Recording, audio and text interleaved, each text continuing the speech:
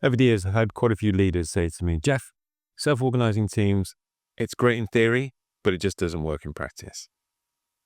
I've given them autonomy, I've given them space, I've given them trust, but they're just not stepping into it.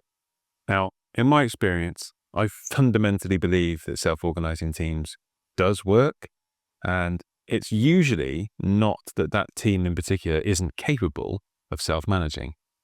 Quite often, it's a failure of one of three different things, possibly all three. The first is competence. Do that team have all the skills they need to actually successfully self-organize? That's a combination of hard skills, so actually the tools that they need and experience they need to do the job, whatever it is, whether it's designing, developing, testing. They need those skills within the team. But they also need the soft skills. They need to be able to talk to each other, to listen to each other, to be able to give each other feedback, to navigate conflict.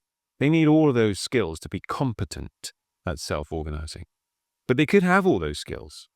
And yet the second element might be missing, and that's confidence. Do they actually have the belief in themselves and the belief in the system around them to put those skills into practice? If they don't have this feeling of psychological safety where they can do, and the results might not be perfect, and maybe there are consequences that they're worried about, then they're not going to put themselves in that vulnerable position of stepping forward and taking autonomy.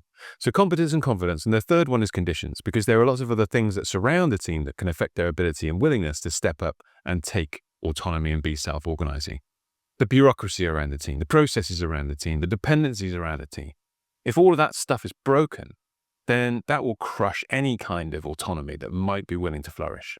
So, before you write that team off as incapable of self-organizing, or even worse, believe that self-organizing teams as a thing is not possible, then think about those three C's. Do they have the competence?